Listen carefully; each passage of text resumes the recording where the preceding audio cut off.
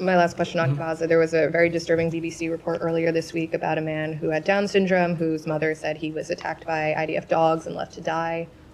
Does the State Department tracking this report? Have you asked the Israeli government to investigate? I'm not aware of this specific report, Jenny, and I'd defer to the IDF to speak to it specifically.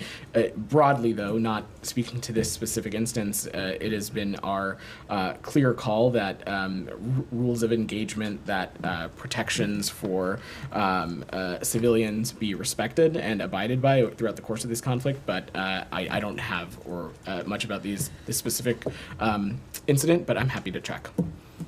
Said, then I'll come to you, Nick. Yeah, the Israeli Knesset yesterday voted against the Palestinian State ever.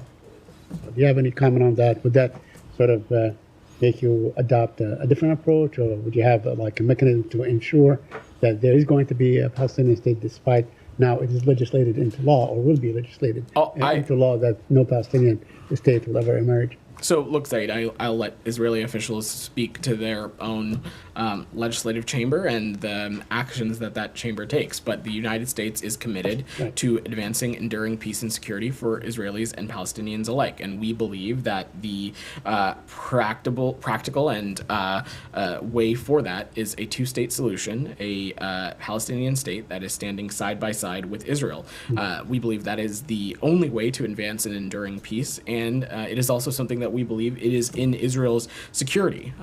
To realize this vision, Israel must be a partner to the Palestinian people and Palestinian leaders. And as we have said before, we will continue to engage Israeli leadership at the highest levels in making this clear. Yeah, but the Knesset makes the laws for Israel, like our Congress makes the laws for us in this country. So, I mean, with all due respect, if it remains contained to rhetorical commitment, I mean, it doesn't make any difference. Would it make any difference? So is the United States, in other words, willing or able to take some steps to actually make this happen? I'm going to go out on a limb and say that neither you nor I are experts in Knesset law and legislation and things and products that come out of the Knesset, so I will leave that analysis to others. What I can say is that the United States' approach to a two-state solution has not changed. Our prioritization of that has not changed. So can I just, sorry. So you have no opinion at all on this? We certainly have an opinion, Matt. What I don't have is an analysis. What is it? Our opinion is that we believe that a two-state solution is necessary, not just for Israel's security. I know what your opinion on a two-state solution is. What's your opinion on the legislation? I think it can be safely implied that a piece of legislation that is in opposition to a two-state solution is not something that we would be thrilled about. But again, I don't have the expertise or the analysis of this legislation to know what bearing it would have on the overall process. What I can say, though, Matt, is that this is something that we're going to continue to engage directly with Israeli leaders on. We believe that this is the direct and most credible and real path forward for Israel's security to get the region out of an endless cycle of violence. And that's why we have continued to call on a two-state solution being a cornerstone of every iteration and conversation that we have when we talk about the future of this region and the future of the Israeli and the Palestinian people. Okay, but it's interesting to me that you don't want to come out, you wouldn't come out and say this off the top in response to the first question that this is something that you oppose, and that this is because I can recall less than 2 months ago, you guys weighing in very significantly on Georgia's parliament passing a law that you didn't like, on Uganda's parliament passing an anti-LGBTQ law that you didn't like, and there was no reticence at all, Matt, for you guys to call it out. And now it's like pulling teeth to get you to say something. I don't think it's like pulling teeth. This is something that my understanding is just passed earlier today or within the past 24 hours. What the full contents of this legislation are, I certainly haven't had time to read it. I can't imagine Said or you have either, Matt.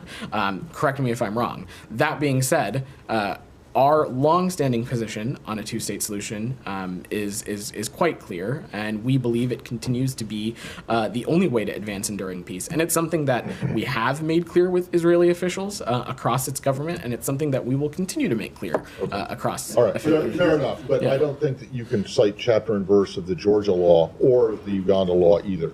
So don't, you throw it back and say, well, you haven't read it. we know what's Matt, the essential outline, which is basically what you knew about the two laws that I just mentioned. Other countries. These are different circumstances, different countries. I think these are a little bit apples and oranges. The point is that you are not shy about weighing in on other countries' legislatures' decisions or votes. And in this case, we are not shy about making clear that how vital we believe a two-state solution to be about being the only way for an enduring peace. Nick's patiently been waiting. I have a couple more questions. I'm sorry. I will come to you. Okay. All right. Go ahead, Said. But I just want to ask you a couple more. Yeah. The Mossad leader, the Israeli intelligence leader, said that Netanyahu is really intent on thwarting any deal.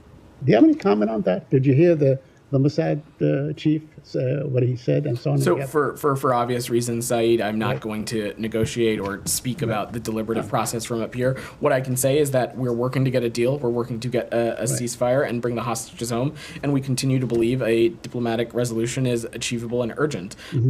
We're hopeful about the direction that things are progressing in. And we believe, as I said, something is achievable. But I'm not going to get more specific or offer commentary beyond that. But Mr. Barnea, the head of the Mossad, is the guy who is really heading the negotiations. So he knows exactly what's going on. He knows that his prime minister is not allowing him to go forward with the deal. You don't have a comment on that?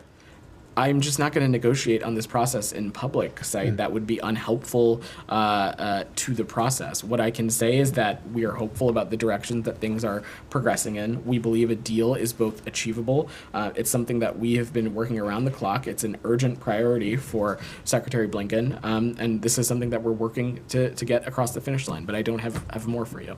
Anything else on the region?